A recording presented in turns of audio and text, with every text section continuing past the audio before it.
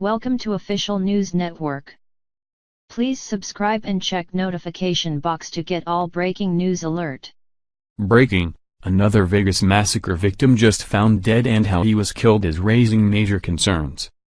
Early in October, Stephen Paddock opened fire at a country music festival in Las Vegas, Nevada that killed 58 people and injured over 500 more.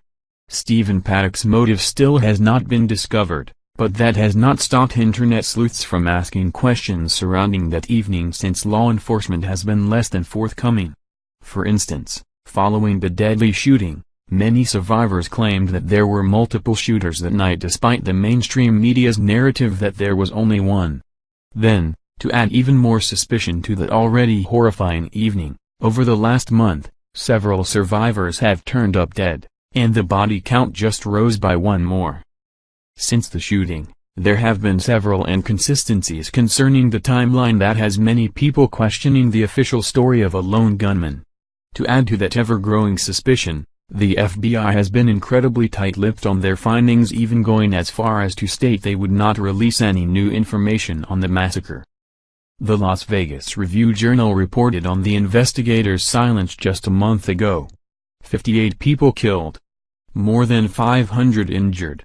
And yet, nearly a month after the Las Vegas Strip experienced the worst mass shooting in modern American history, local and federal authorities are refusing to fill in the blanks.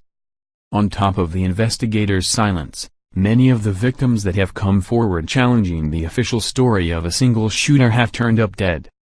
Prissy Holly from Freedom Daily reported last month on the strange death of 26-year-old Kimberly Suckamel. Suckamel attended the concert that night and died shortly afterward in her sleep, but that is just the beginning of the mystery.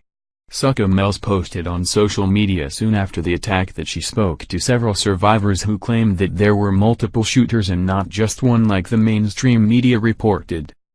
"Every single survivor I have talked to also remembers multiple shooters, and at least one from the ground. Why aren't we being taken more seriously? Tons of things don't add up," she wrote on Facebook, according to REUTERS. Michelle Flores, another survivor of that horrific night, also escaped certain death just days after the shooting. Flores, 51, had been outside of the Route 91 Harvest Festival in Las Vegas, watching the performers play when the shooting took place. By the grace of God, she survived the hail of gunfire, only to be running for her life when her house caught fire later that week. Dennis and Lorraine Carver, also survivors of the Las Vegas shooting, have died after their car exploded less than a mile from their home after reports of the couple questioning the shooting. The couple were married for 15 years and went to the concert to enjoy some of their favorite music artists together. When the gunfire began at the show, Dennis threw himself over his wife's body, Lorraine, to protect her from the hail of bullets. Now, another survivor has been killed in an apparent hit-and-run that has everyone wondering if we will ever get to the truth of the shooting.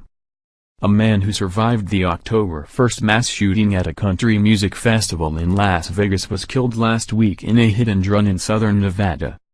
Roy McClellan died November 17 while hitchhiking on State Route 160 in Pahrump, about 50 miles west of Las Vegas. "I don't understand why he wasn't taken at the shooting, but a month later he was taken this way," McClellan's wife, Denise, told KSNV. "I hope my husband found peace and he's safe now."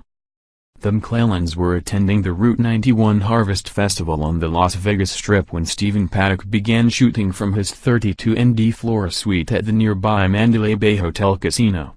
In all, 58 people were killed and more than 500 were injured in the deadliest mass shooting in U.S. history.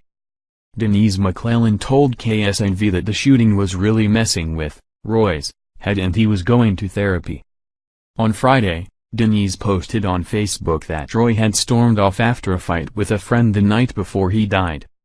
KSNV reported that investigators had located the car believed to be involved in the accident and charges were pending.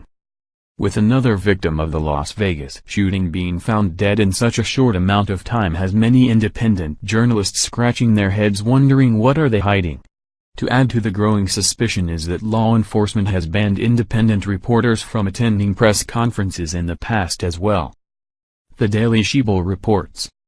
in a move that is only furthering the now widespread belief that a cover-up is currently underway in Las Vegas. Two conservative reporters who have broken multiple key stories about the strange and ever-changing circumstances surrounding the horrific mass shooting were banned from attending the latest police press conference.